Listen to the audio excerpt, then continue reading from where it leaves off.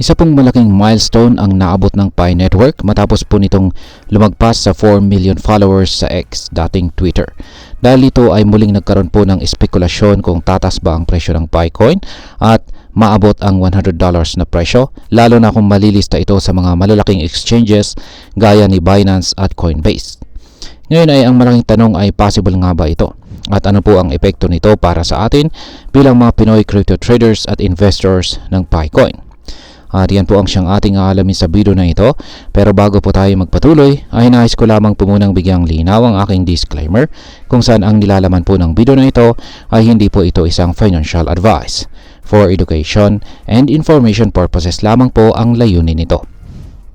At ayan, sa kabila po ng pagiging kontrobersyal dahil hindi pa ito ganap na naililista sa mga major exchanges, patuloy po itong nagkakaroon ng malaking community.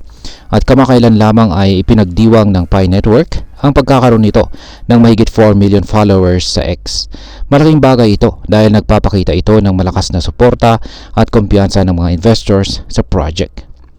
Ngayon ay bakit po mahalaga ang listing kay Binance at saka kay Coinbase? Kapag ang isang cryptocurrency ay nailista po kasi sa malalaking exchanges gaya ni Binance at Coinbase, nagkakaroon ito ng mas mataas na liquidity at accessibility. Kaya ano nga bang ibig sabihin nito? Mas maraming traders ang magkakaroon po kasi ng access.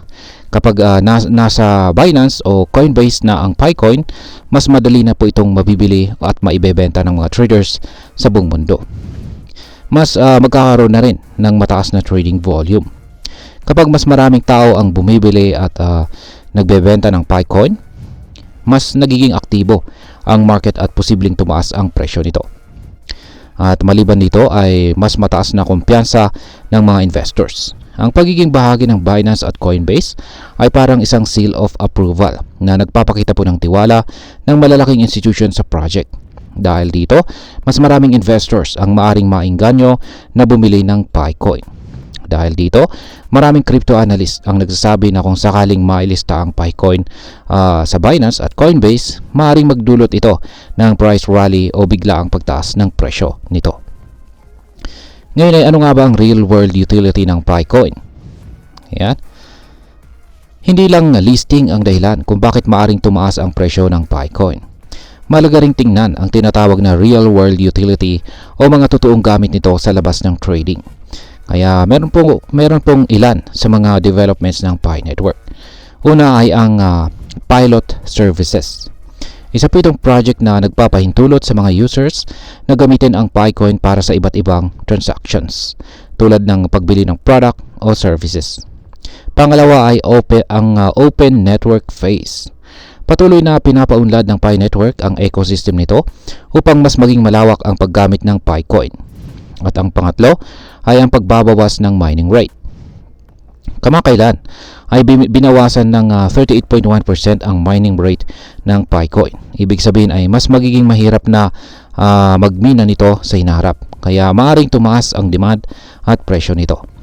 Sa kabila ng mga ito ay mahalaga pa ring tandaan na nasa early stages pa rin ang project at kailangang makita ang mas konkretong aplikasyon ng Picoin bago po ito magkaroon ng matatag na value sa market. Ngayon ay ano naman po ang sinasabi ng Binance? May hint ba sa posibleng listing nito?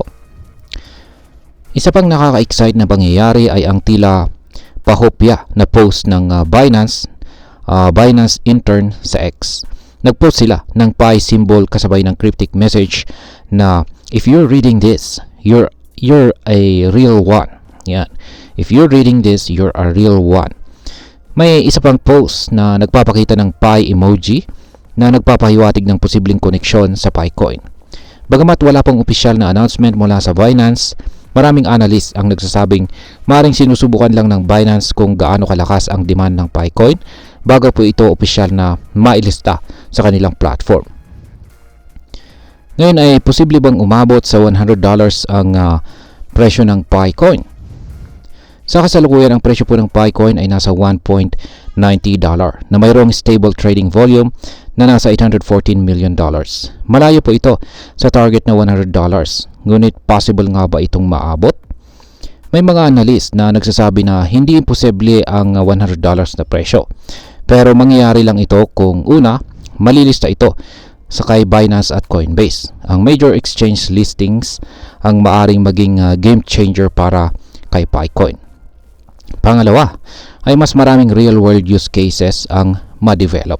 Kailangan pong mapalawak pa ang ecosystem ng Pi Network upang lumakas ang kanyang demand. Pangatlo ay mas maging mainstream ang adoption ng crypto. Kung mas maraming tao ang gagamit ng cryptocurrency sa pang-araw-araw na transaction, posibleng tumaas ang presyo ng mga token tulad ng PiCoin. Gayunpaman, may mga nagsasabing mas realistic ang presyo na $10 to $50 sa loob ng ilang taon kung magpapatuloy po ang momentum ng project.